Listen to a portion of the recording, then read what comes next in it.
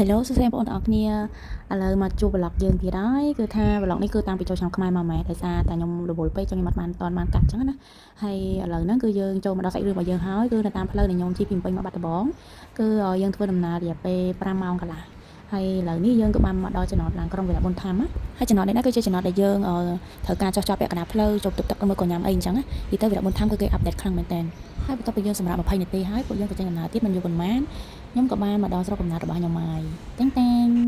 ឡូវនេះគឺខ្ញុំកំពុងតែជិះ Pass Up ធ្វើដំណើរទៅផ្ទះ surprise ម៉ាក់ខ្ញុំនិយាយទៅគឺខ្ញុំអត់បានទេប្រាប់គាត់ទេថាខ្ញុំទៅថ្ងៃហ្នឹងអញ្ចឹងណាប៉ុន្តែការ surprise នេះគឺអត់បានសម្រេចទេគឺដោយសារពូខ្ញុំគាត់បានប្រាប់ម៉ាក់ខ្ញុំមុនរួចហើយតែអ្វីដែលគាត់ភ្ញាក់ផ្អើលនោះគឺពេលដែលម៉ាក់ខ្ញុំដឹងថាខ្ញុំត្រឡប់មកផ្ទះវិញគឺគាត់លក្ខណៈថា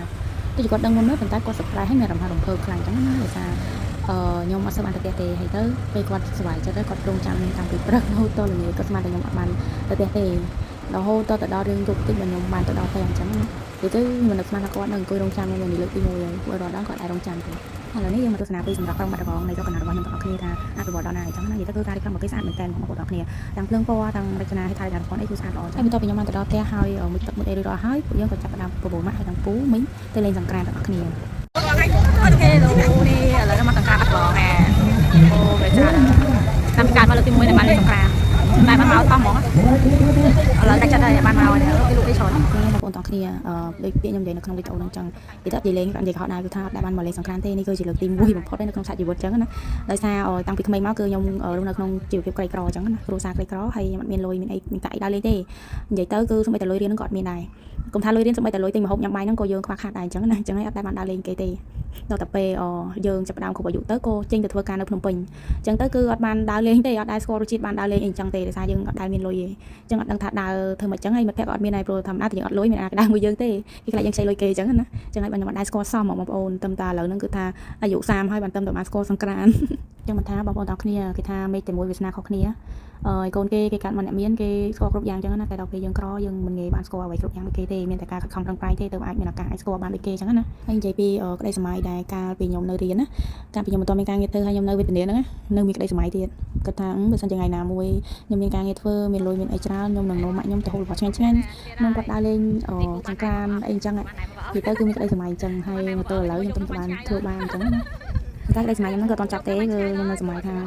ចង់រកបានច្រើនជាងហ្នឹងហើយនឹងឲ្យម៉ាក់ខ្ញុំរស់នៅកុំឲ្យគិតអីច្រើនណាគឺថាឲ្យរស់នៅឲ្យស្រួលអញ្ចឹងណាចឹងហើយគឺខ្ញុំត្រូវការចំណាយពេលតស៊ូជាច្រើនឆ្នាំទៀតមើលទៅគឺថាអត់ត្រឹមនឹងទេទៅបងប្អូនជីវិតយើងម្នាក់គឺថាវេទនាណាទម្រាំតែដល់ថ្ងៃមួយដែលយើងចង់បានហ្នឹងគឺថាយើងត្រូវចំណាយអាយុជាច្រើនឆ្នាំណាហើយបែកពីគ្រួសារច្រើនឆ្នាំច្រើនខែចឹងទៅដើម្បីអ្វីដែលយើងចង់បានក្នុងសាលាខេត្តអូយឲ្យតុបតែងខ្លួនស្អាតណាអត់ដែរមកមើលម៉ាក់ក៏ថតកូនកាមេរ៉ាពូមែនម៉ាក់ក៏កាមេរ៉ាពូមែនដែរគេញ៉ាំអត់ខុសគ្នាទេនេះ2026អូអត់ដែរមកទេដល់ពេលមកចឹងគាត់ថាអូសក្តានុពលខ្លួនឯងក៏ស្អាតល្អមែនទេតែមកសោះហ្មងតាំងពីក្មេងមករហូតដល់ចេញទៅធ្វើការក៏អត់តែមកលេងសង្ក្រាន្តទេតែមកប្រកាសសង្ក្រាន្តប្រហែលឆ្នាំចុងក្រោយហ្នឹងហើយទូទៅវិញដែរឆ្លុះតែស្មារតីតែក៏ត្រូវធានាអាហារដែរទេកុំបីអី Hello នេះណែគេលេងល្បែងប្រជាប្រិយខ្មែរយើងណានឹកឃើញអាក្មេងលេងអានឹងស្វាយលេងល្បែងបដិនិស្ស័យ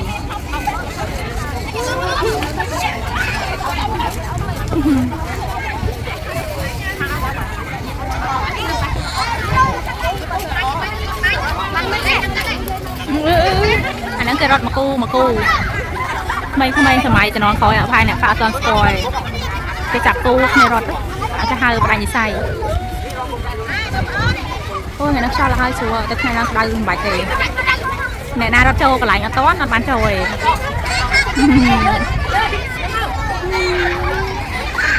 ណែនេះសេះនេះស្ពានថ្មចាស់ឥឡូវនឹងដើរទៅបានមកផងគឺចុកជើងអង្គុយលាន់ហើយអញ្ចឹង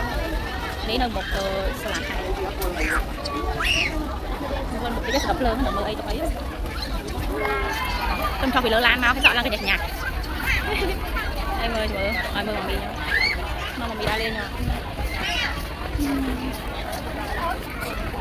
យនេះគឺថ្ងៃចូលឆ្នាំថ្ងៃទី2បានមកដល់ហើយខ្ញុំបានមកលេងផ្ទះលេងពូអញ្ចឹងណា នោះបងប្អូនទាំងមីងគាត់មកជុំគ្នានិយាយទៅបងប្អូនគាត់ច្រើនហើយគេមកជុំគ្នាទៅគេជុំគ្នាលេងផ្លាក់លោកលេងអីចឹងណានិយាយទៅសុបាយខ្លាំងមែនតើហើយខ្ញុំខត់ចប់ហ្នឹងទៅលេងគេដែរបានផ្លែអីចឹងណាឈ្នះដែរតើប៉ុន្តែឲ្យគាត់វិញចឹងណាឲ្យគេទៅទិញអីញ៉ាំចឹងទៅនិយាយទៅតែមានកម្មវិធីចូលឆ្នាំបុណ្យទានអីចឹងណាបើសិនជាផ្ទះណាមានបងប្អូនច្រើនអីណានិយាយទៅគឺសុបាយរីករាយខ្លាំងមែនតើព្រោះពេលបានជុំបងប្អូនទៅគេលេងល្បែងជាប្រៃក៏លេងលោកលាក់លេងអីចឹងទៅសុបាយយ៉ាងចឹងទៅនឹងអង្គុយមកសន្ទុះចឹងទៅរៀងរាប់ថាធុញតិចទៅយើងទៅចេញទៅខ្នល់មុខយើងទៅមើលគេលេងបាញ់ទឹកបាញ់អីចឹងណាខ្ញុំអត់និយាយទៅនេះគឺជាស្ថានភាពគេបាញ់ទឹកនៅក្រុងបាត់ដំបងណាគេលេងទាំងឯងក្នុងតែគប់ទឹកទេគេលេងបាញ់ទឹកទាំងដូចណាកាត់ទឹកដៃគឺទៅសុបាយរបស់គេបងប្អូនតែខ្ញុំនិយាយច្រើនហើយចឹងហើយមកទៅគេលេងចឹងទេចឹងខ្ញុំមិនមកស្រុកកណ្ដាលគេរកទៅបោះឆ្ងាញ់ញ៉ាំទេគេថាមានជួយលេងនេះទេចឹងទេ